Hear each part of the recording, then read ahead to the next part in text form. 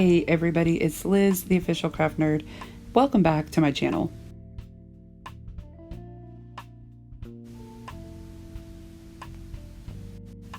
Today we are going to work on some projects that are representing my most favorite time of the year, which is fall.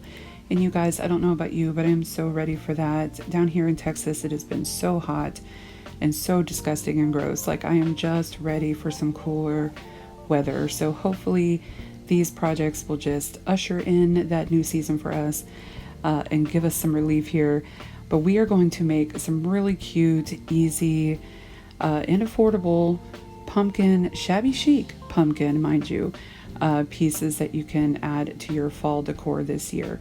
So what I'm doing right now is taking this, what do you call this? Basically, I don't know, it's just like a little wooden serving tray, probably like a little bread tray or something like that. I picked it up at a yard sale, paid about 50 cents for it.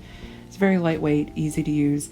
And you saw me use that crackle medium, which I've used before in previous videos. If you haven't checked those out, definitely see how this stuff works. You put a layer of that on, and then after 2 hours of it drying, you will take whatever color paint that you want to use and you apply it over top. And it instantaneously starts to crack that paint, and it gives it that very weathered and rugged look that I adore with my projects. I love things looking older and vintage and definitely used and well loved, and there's just something about the crackled paint that I just think is spectacular. And you know, if shabby chic really isn't something you do a lot of, but maybe you do farmhouse or you know, something like that, I think this definitely works for that too. So if you just like that vintage style look, this is definitely a fun project to do. Now, I didn't put any of the crackle on the bottom of this tray or the sides really, because it's more of a decorative piece that will go in the center of your table or on a mantle maybe, and you're not really going to see it. So I really wasn't too concerned with that.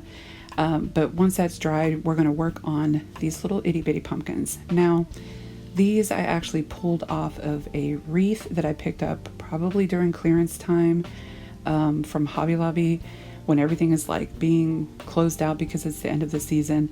And I really like these little pumpkins. And so I figured, yes, we could keep them white. And if you wanted to, you could. But I'm going to just add some pink paint to this. Now, this is a paint that I've used before as well. And you guys, I will make sure to link all of my supplies down in the description for you. This paint is a little bit thinner. It's a chalk paint. It is really, really nice. But it is quite thin. It can be quite runny. So once it is dried up, you can always add additional layers to make sure you get full coats on your pumpkins. Now, I'm also going to take some of this, I think this is, what is it called? Lamb's ear, I believe. It's the fuzzy greenery. I really, really love this stuff. And I just had this, I think, again, it might have been from the same wreath, honestly, and I just pulled it apart. And I'm trying to get an idea of how I want to display the centerpiece. Now, this is not what I end up doing in the end, so do stick around and see the final look of this. But you can definitely get where I'm going with this. You can put a bunch of greenery in there, some moss maybe, whatever you like, maybe even some leaves for Halloween, for fall. But I just chose to use just that lighter lamb's ear. I think that's what it's called. I'm sure somebody will correct me down in the comments below. But we're also going to just add a little bit more to the pumpkins themselves. I did put a little bit of twine on the stems of these. As you can kind of see there, I didn't record it, but you can tell that I did that. And then I'm just going to take some ribbon and just make some really quick, easy finger bows. And we will add those to the base of the pumpkins there at their stem, just to give it that little extra sweetness that I was looking for with this piece. And again, when you see the final look, you'll see how I decided to display this, and you can basically do whatever you want with it. That's what I love about this project. Very easy, very versatile. You can switch it out and do multiple different things with it later on if you'd like. But I just thought it would be a nice, sweet little addition to our fall shabby chic pumpkin look this year.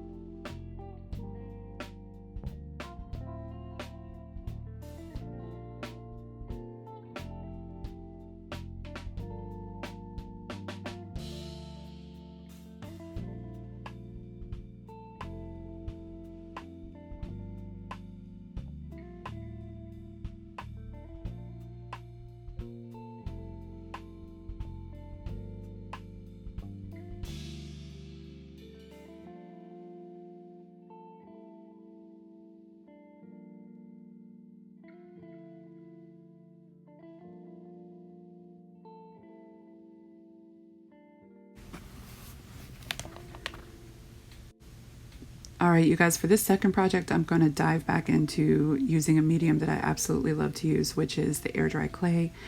And I prefer to use the DOS air dry clay. And we're just going to take a couple of these cheapo, Dollar Tree pumpkins here and going to do something special with them. So I'm just going to take some of my clay here in some molds that I have. Again, I use a lot of redesign molds. There are plenty of different styles and brands out there.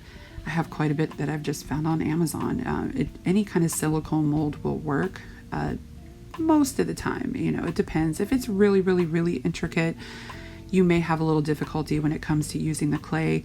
And in that case, I would probably just use hot glue because you can really kind of get in the nooks and crannies and stuff really well with the hot glue. But in this project, I really just wanted to go back to playing with the clay. There's something so very therapeutic about it, and I absolutely love working with the air dry clay. So I'm just kind of going through this and picking out different pieces on this mold that I want to use, and I'm just pulling out my clay pieces there. Now, I do use a putty knife to kind of remove any kind of excess off the back, but that's just kind of the way that I work here. So I'm just going to go ahead and continue on filling up this one particular mold here, and then what we're going to end up doing is taking these pieces and putting them on our pumpkins. Now, don't be afraid if they break or if you kind of squish it too much or something doesn't look 100% perfect, because my motto here is it does not need to be perfect. I think all these little imperfections and cracks and tears and ripples and things like that, it just definitely makes more personality for your project. I think it is wonderfully, imperfect is just wonderful for me. I don't know how to explain it, you guys, but if you've been following me long enough, you know that that's kind of how I've always been. I'm not going to be brokenhearted if it breaks on me or looks a little wrinkled or whatever, because there's just something about it. It gives it such a good character when you have all those little imperfections. So while the clay is still pliable, I'm going to kind of mold it around my pumpkin how I want to place it. And I'm just going to mess around with it here and see how I want it to fit. And, again, not really worried about it being super perfect, but just giving it a nice look that I want. And I'm only going to use some Mod Podge here to get these pieces placed on my pumpkin. It's really, really simple. You can put it on the back of your clay piece, or you can put it directly on the pumpkin. I guess for this, I just thought it would be a little cleaner if I put it on the piece itself. But again, it's probably easier if you just slap it onto the pumpkin and then put your piece over top, however you want to do it. And I'm just going to gently kind of go in and make sure that it's laying down and kind of squishing it in,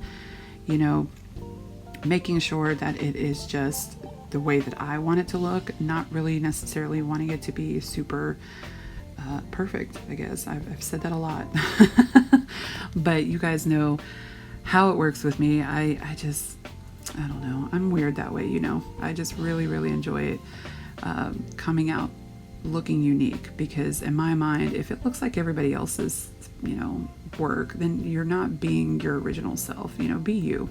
Don't be afraid to mess up. Don't be afraid to have it be a little wrinkly or have a crack here or there, something's missing, just embrace it. Embrace that it's imperfect and love it because you have made it and it's made you happy when you did. So, and chances are people are going to love it anyway, because you created it. There's something about being, making handmade things that there's just a satisfaction to it. I absolutely love when I get a chance to sit down and create things like this. So if you guys are new to the channel, I know that you're hearing me talk a lot right now, and I definitely welcome you. I hope you stick around. I hope you, help me out here, subscribe and hit that notification bell.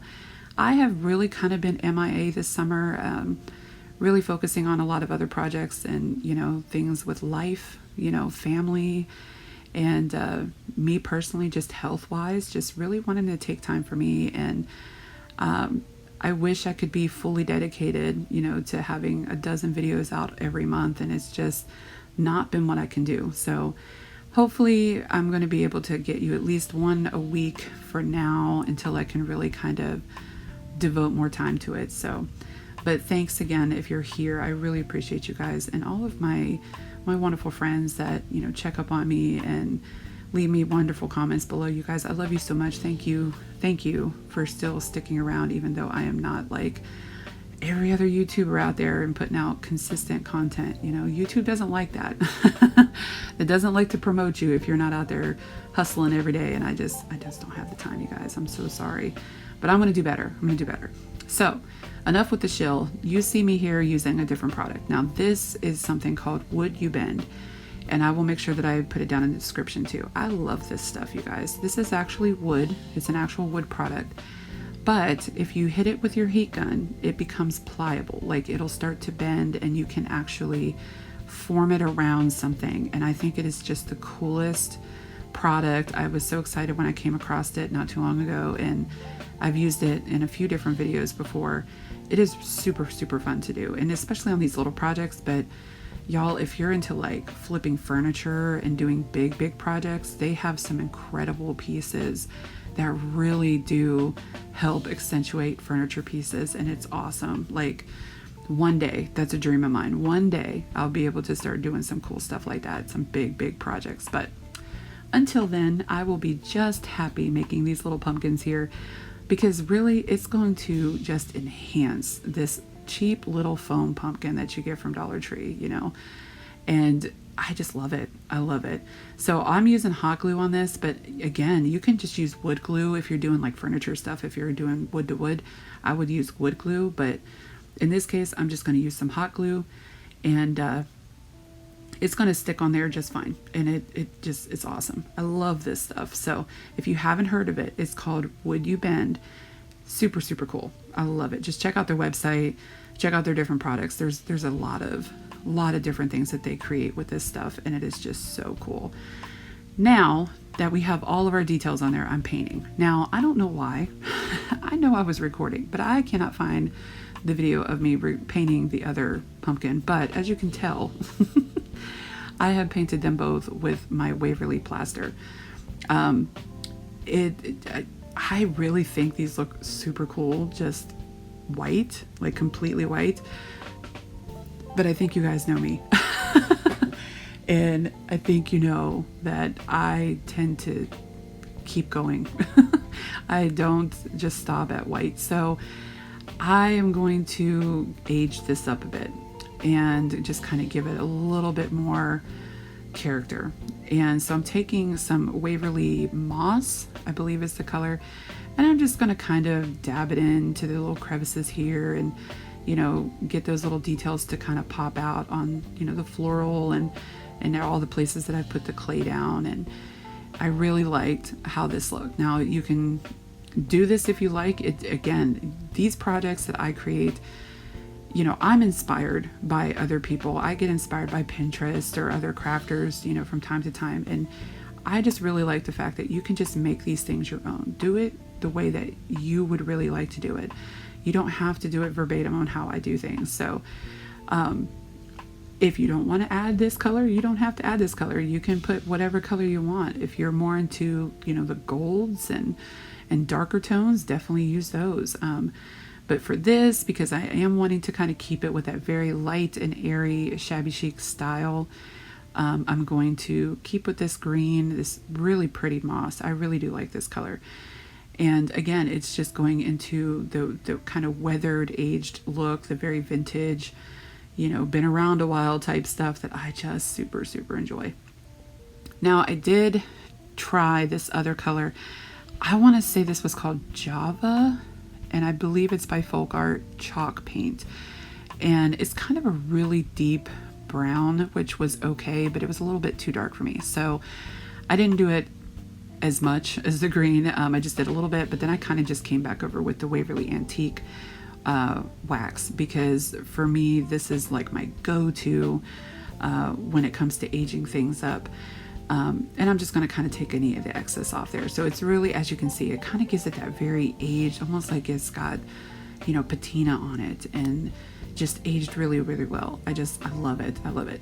Now, there are other options. There's obviously many different ways that you can make something look very aged. You can use dyes, you can use all kinds of different things, but antiquing wax, man, y'all, I've been using that forever, and I love it.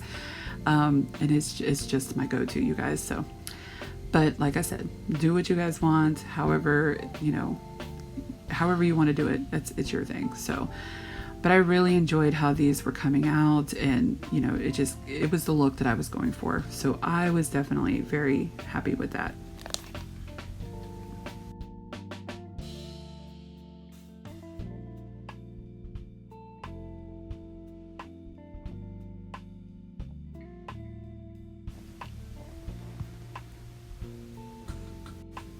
Now, of course, I wasn't going to leave the stem this bright gold color. Now, you definitely could. I mean, it's still, I guess, pretty shabby chic. I see a lot of people using gold accents with that. So definitely up to you. But I'm just going to, be extra, and I'm going to add this ribbon on there and just kind of twine it around.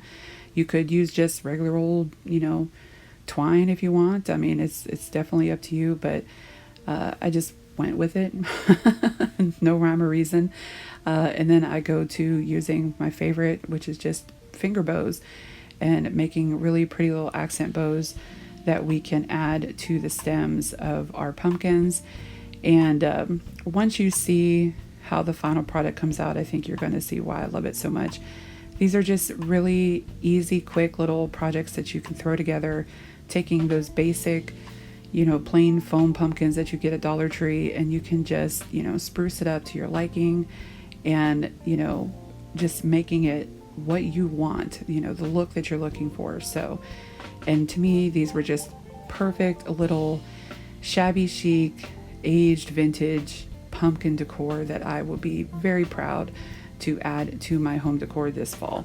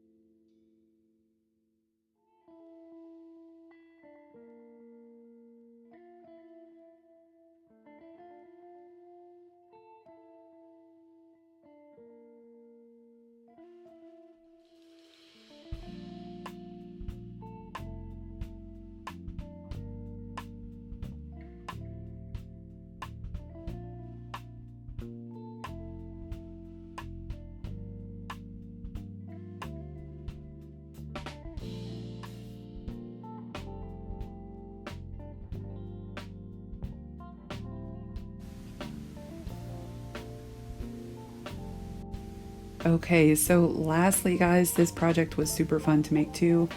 And I really hope that you guys are enjoying this video. It is a much longer video than I've put out in quite a while, but I figured you guys deserve it. I've been gone for some time, so I'm going to give you a good 3 project video here. So I hope y'all enjoy it. I'm taking just this wooden canvas, I guess. I think I got this from Dollar Tree. I believe it's probably in their like $3 section or whatever. Super cool, just a piece of wood. I mean, if you flip it over, it does have like what a back of a canvas kind of looks like. And I just added some Mod Podge and a really pretty decoupage paper that I've had, and thought, okay, we're just going to slap that on there. As you can tell, it's all wrinkly. It's not smooth and perfect. I did not want that. I know there are many, many ways to put on decoupage to projects. A lot of easy ways, a lot of ways to make sure that it's nice and smooth. But in this case, you guys, I did not want that. I wanted it to have that wrinkled look. So don't come at me in the comments about it. But you guys, I know you won't. You guys are awesome. You love just sharing your ideas, and I think it's awesome. So, as you can tell, I'm taking that clay. I was making some more molds there. I just kind of put them over to the side. We're going to get to those in a minute. And I'm just going to take some of my paint here and just add it around and kind of blend it into the paper just so it's not so stark white. And obviously, so the paper is not so out there. But in the end, you're really not going to see a lot of this white, so I'm not sure if I needed to, but whatever, y'all. I was just going with it. This was one of those projects that, like, I was kind of making it up as I went along. Like, I had an idea in mind, but I really kind of wasn't sure exactly what I was going to do with it. So I just went with it, and this is where we're going. So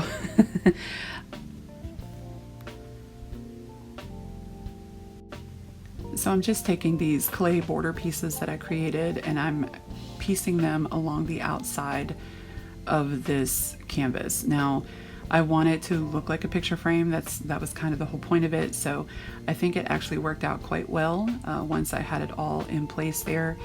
And again, just using the Mod Podge to place it down, and it was as easy as that. So it was really quite fun to do that. I don't know, I really love doing projects with the clay. I'm sorry, you guys, I say that a lot, but anyway, the next step here, which again, my camera, I swear to you, you guys, I was recording this and it did not record a lot of it. So I'm using this grit paste. Now this is by, it's a Tim Holtz line, and I think it's called Crypt because it's got that, you know, creepy green look with the speckles and everything in there. And what it's going to do is just give some really extreme texture to wherever I'm placing this down. You can kind of see it there. You don't have to use this particular type of grit paste or anything like that. You can probably do it with like, what is it? The caulking stuff. You can use that. I mean, there's many different things that you can use to get texture. So I just happened to have that on hand and decided, what the heck, we're going to use it. So I'm coming back over top of it once it's dried with this moss color again. And so it's basically green on green, but I wanted to have the same green that we've been using throughout the rest of our projects here. So I really liked how this was turning out. It gives it that really pretty texture, and just that color green is just perfect with the paper that we have on the inside. So I do decide to come back around the edges here again and just add a little bit of pink, and I did add a little bit of the white as well, just to get those details in that border to pop a little bit. So again, this is not something you have to do if you don't want to, you know, use your own colors, however that works, but I just thought it just all flowed together perfectly. Now, where the whole idea comes into play of what I was envisioning was I want to create a pumpkin image in the middle of this. So what I'm doing is just taking some scraps of fabric, and I'm going to kind of just twist it around and glue it down, and we're going to make an outline of a pumpkin. So I don't know how else to explain it other than I'm just kind of gluing it and twisting it as I go and just kind of creating that shape of a pumpkin. Now, if you're not too thrilled about trying to do this free-handed, you can definitely, you know, take a pencil, maybe draw it out first, and just kind of follow that, you know, to help you guide, you know, your shape of your pumpkin.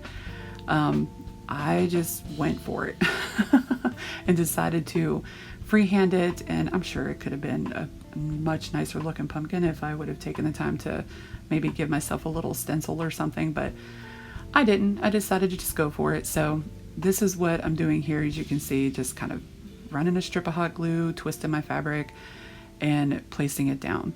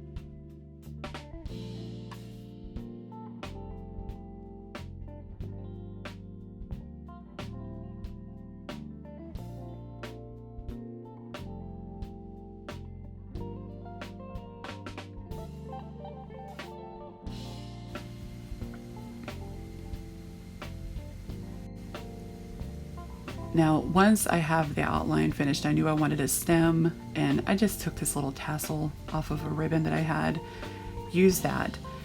And of course, I'm not done. I know that there was more that I could do to this, so I'm taking another piece of fabric. Now, this is some pink ribbon that I've used many, many times before.